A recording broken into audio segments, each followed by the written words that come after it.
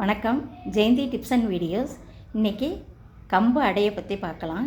கம்பு அடை ஒரு டம்ளர் ஊற வைத்து அதில் வீசும்படி புழுங்கரிசியும் கூட ஊற வைத்து 2 மணி நேரம் கழித்து மிக்சியில் நைஸாக அரைத்து கொள்ளலாம். இதன் உடன் 2 வரமிளகாய், உப்பு, சிறிது பெருங்காயத்தூள் போட்டு நைஸாக அரைத்து அதில் வடை சட்டியில் எண்ணெய் விட்டு கடுகு, உளுந்தம்பருப்பு, நைஸாக நறுக்கிய பெரிய வெங்காயம்,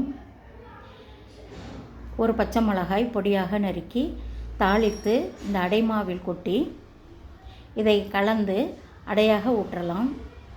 இதே மாவை தாளிக்காமல் அப்படியே ஒரு 4 மணி நேரம் அரைத்து வைத்து இட்லி தட்டில் எண்ணெய் தடவிட்டு இதை இட்லியாகவும் ஊற்றி சாப்பிடலாம்.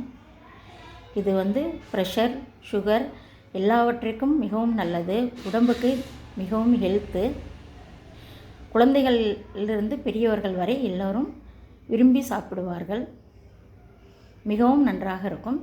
இந்த அடைக்கு, இந்த இட்லிக்கு பச்சை வெங்காய சட்னி அல்லது தக்காளி சட்னி, தேங்காய் சட்னி எல்லாமே நன்றாக இருக்கும். செய்து சாப்பிட்டு பாருங்கள்.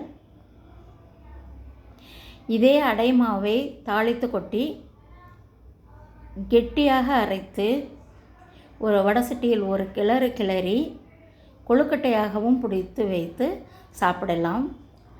அதுவும் மிகவும் ருசியாக இருக்கும். இதே அடை மாவில் தாளிக்காமல், வரமிளகாய் போட்டு ஆட்டாமல், வெல்லம் மட்டும் போட்டு ஆட்டி தேங்காய் பல்லாக போட்டு குழந்தைகளுக்கு ஊற்றி கொடுக்கலாம். அதுவும் மிகவும் சத்தானது, விரும்பி சாப்பிடக்கூடியது. கம்பு அடையில் இத்தனை வகையாக செய்யலாம். செய்து சாப்பிட்டு பாருங்கள். வணக்கம். லைக் பண்ணுங்கள், ஷேர் பண்ணுங்கள், சப்ஸ்கிரைப் பண்ணுங்கள்.